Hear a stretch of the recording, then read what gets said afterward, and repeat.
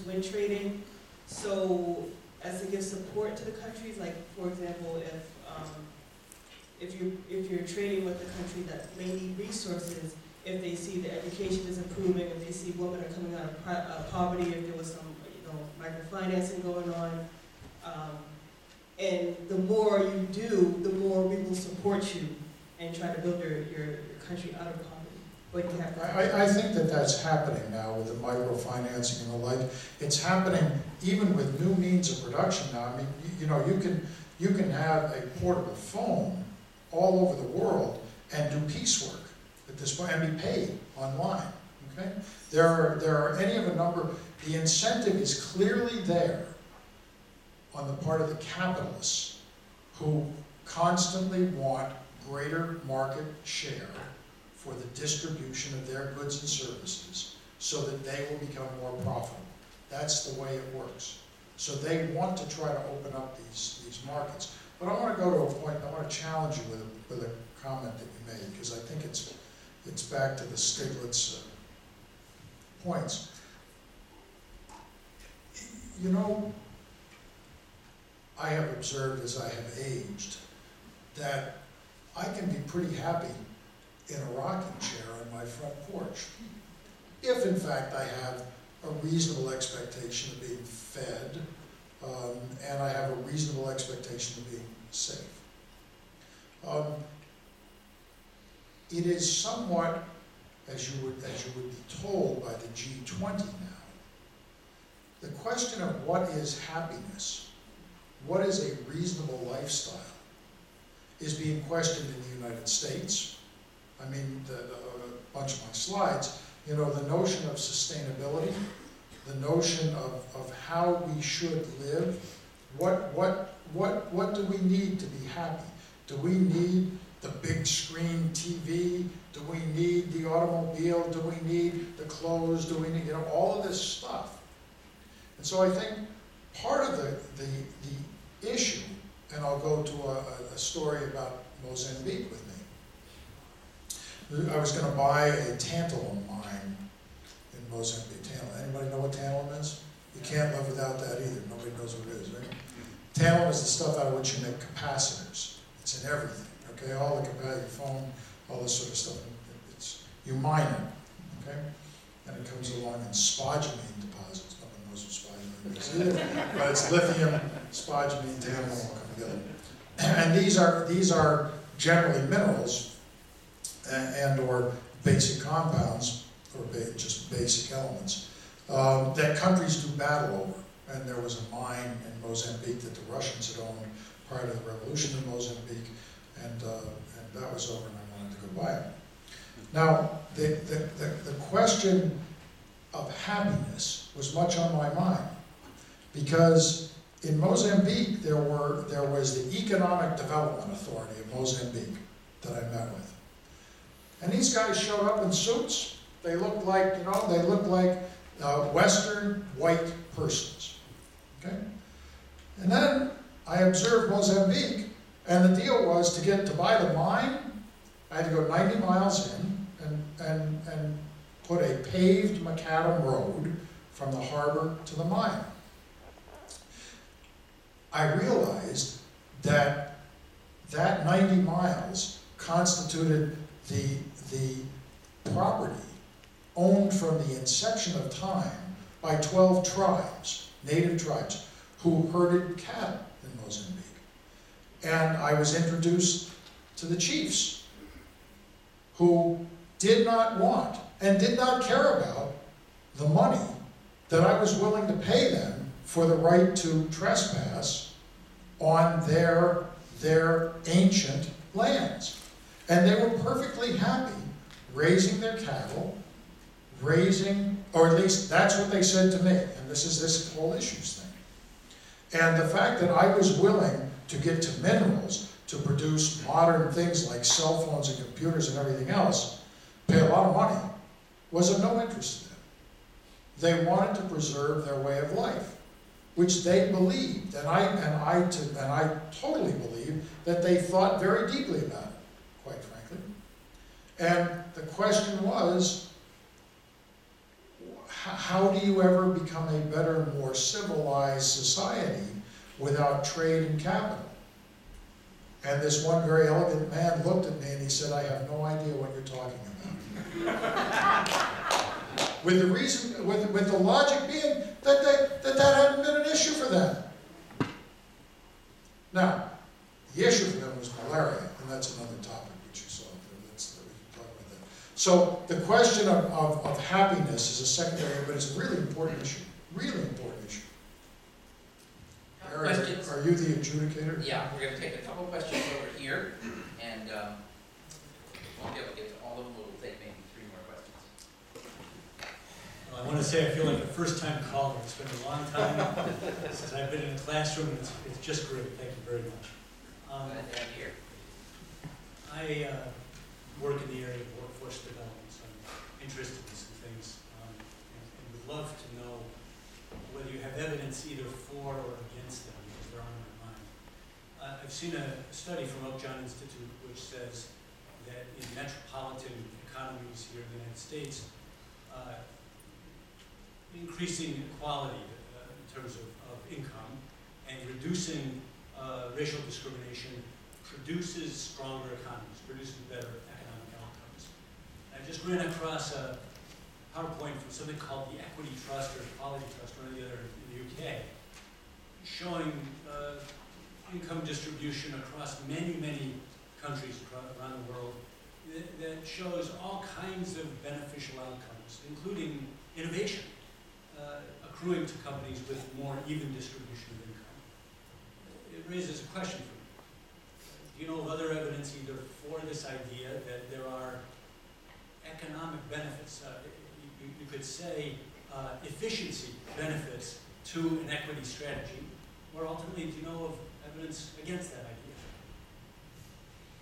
Well, let me, if I may, on this issue of jobs, just because I didn't get to Schumpeter, but I ought to get to Schumpeter.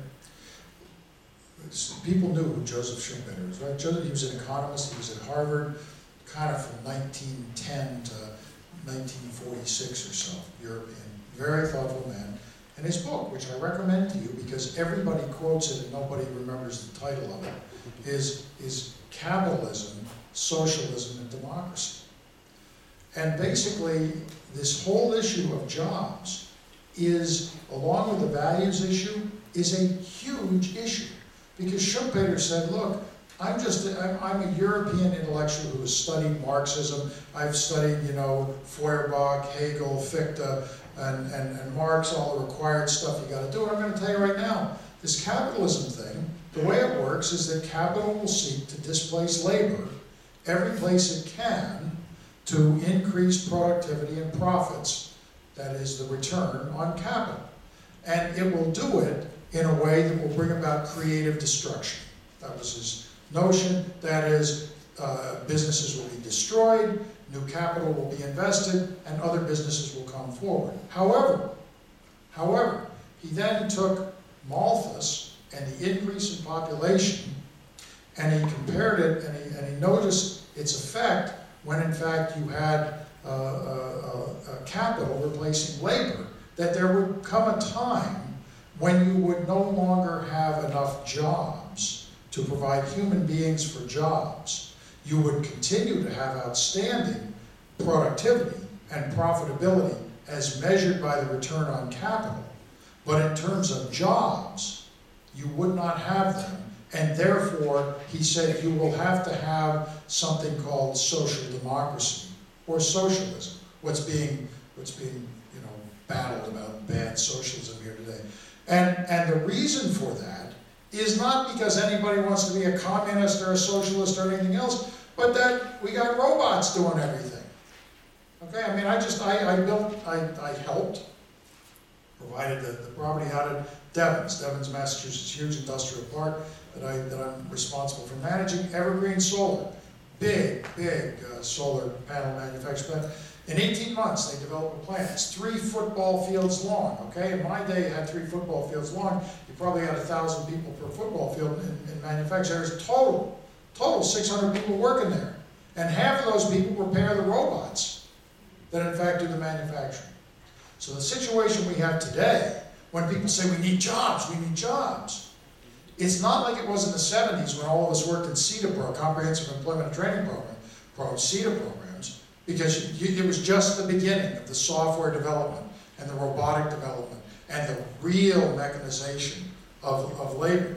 Anything that could be quantified and put into a mathematical formula in the labor force was that it was automated.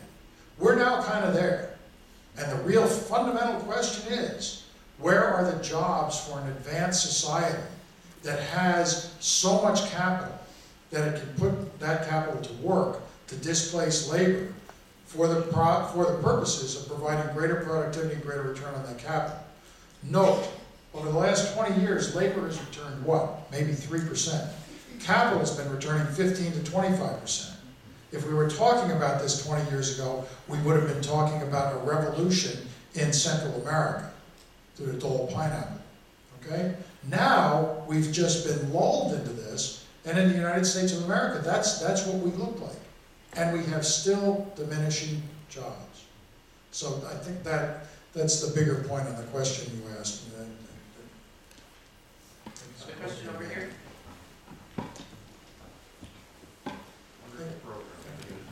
Yeah, sure.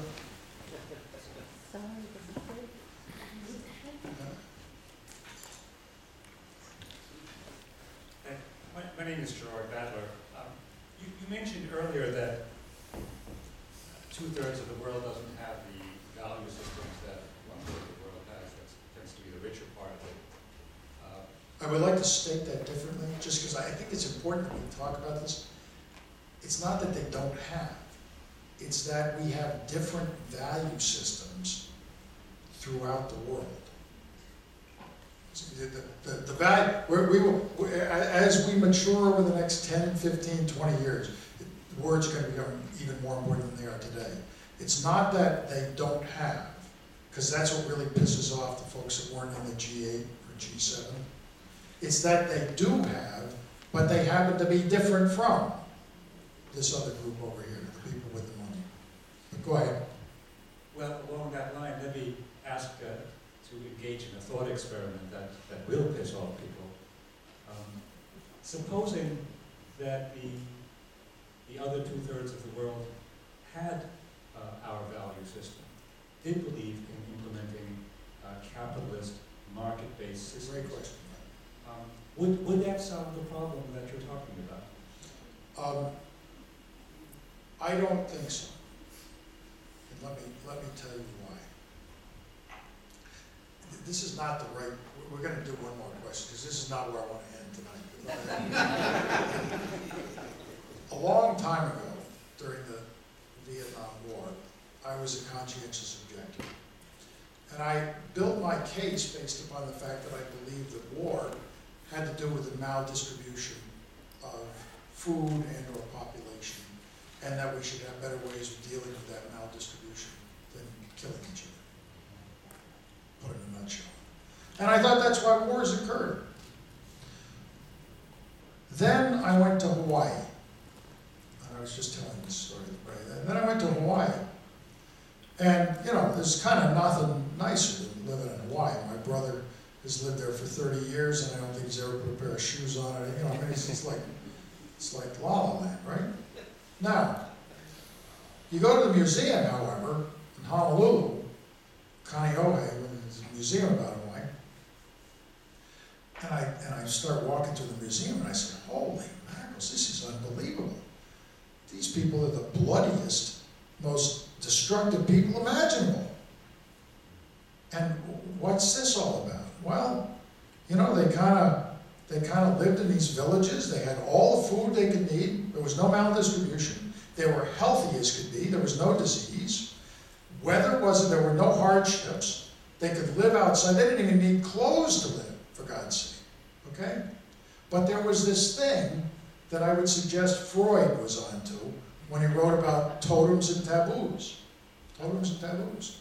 That in all of our societies, we allow what is the equivalent of the medicine man or some shaman-like leader who, in the case of the Hawaiian Islands, convinced people that the people over the mountain were bad and were to be feared and needed to be destroyed, or else in the middle of the night they might attack us. And sure enough, throughout the Hawaiian Islands became this incredible experiment to answer your question of if we all had equality. They had the food, they had the health, they had the weather, they didn't have a problem with means of production whatsoever, but they still went to war. They still sought these perverse, if you will, neurotic ways of being. And it's because of that that I become concerned that if we were all equal, if markets function perfectly and supply equal demand, I think we would be happier. I want to believe that. But I think that there's a lot of work that we need to do on our human personalities and the way we get along or don't get along with each other. So that's why I introduced, I mean, if this century we begin to talk about values, maybe by this time next century, some progress, at least in terms of self-awareness, will be made, such that it will allow us to understand that while we're now equal in terms of the material goods we have, we gotta figure out how we in fact live with each other. You didn't want that to be the last. No, it's kind of heavy But I answer. must tell you, that is a phenomenal place to end. Yeah. So what would be the last question you'd like to hear? I don't know. Well, let me take. Why don't we get one right over here? Thank you.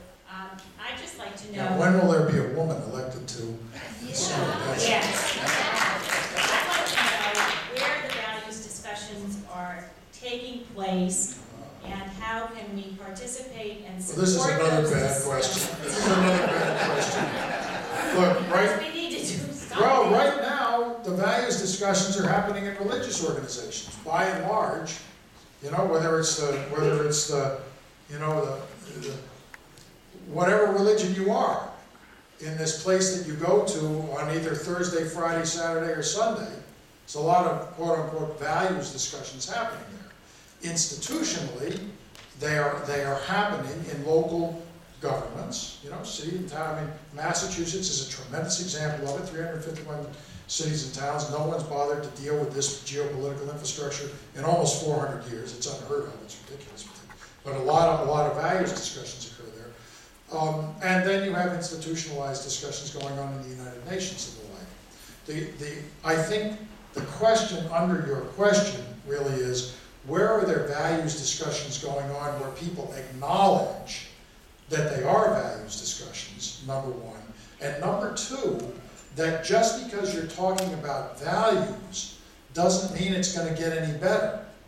Because ultimately, the uniqueness is that we are all unique. And somebody's got to decide whether they like purple or whether they like, green. And that values clarification exercise is then this exercise which we realized 200 or 300 years ago becomes this exercise of democracy. That is, as the economists would say, how do I deal with preference? What mechanism do I use for preference revelation? Okay, when we begin to talk values, how do we reveal our preferences? And this comes right back to where I started. And it was decided 300 to 400 years ago, it started, that we would use markets. And that was the best we could do. Yeah, and markets are affected by, I mean, if you read Howard Zinn, okay, how many people know Howard Zinn? Okay, Howard Zinn, Howard Zinn is the person that introduced the notion that mass dissent is as much an effect, as much of a positive externality on preference revelation, to use the economist language, as is the quality of a product, that is the quality of the government in this case. But it is dealing with, once you've talked about values, or in the language of the economist, revealed your preferences, how do you in fact determine which preference will be used in a certain situation? And that, the answer the economist gives, is through markets. We are going through this huge experiment right now because we're spending a shitload of money in the belief that it's going to make life better. And everybody's kind of realizing that it's not. And add to it the Schumpeter thing that, the drill press has been automated. And the 7 folks that work the drill press are now down to a half a person. what do we do about it? And we're living in a world where labor's lucky if it's getting 3% return on its work, and capital's getting, 15 to 25%. And now we talk values, and someone says, well, you know what I think? I think you shouldn't make $3 million a year. Okay? And the other person says, bleep you, pal. I worked for it. And that's where we're at. It's kind of the same way we were back in the days of the cavemen, when you had some 200-pound guy who was a freak of nature, who was able to bring in this huge piece of meat and didn't want to share it with anybody. Well, Are you streaming this online? Am I on YouTube? Am I on YouTube? I am. all over the Good, world. don't do that. I know you did it before. I want to Thank you very much. I want to thank Mike.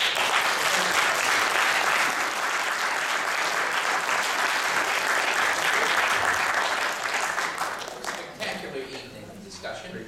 I want to invite you all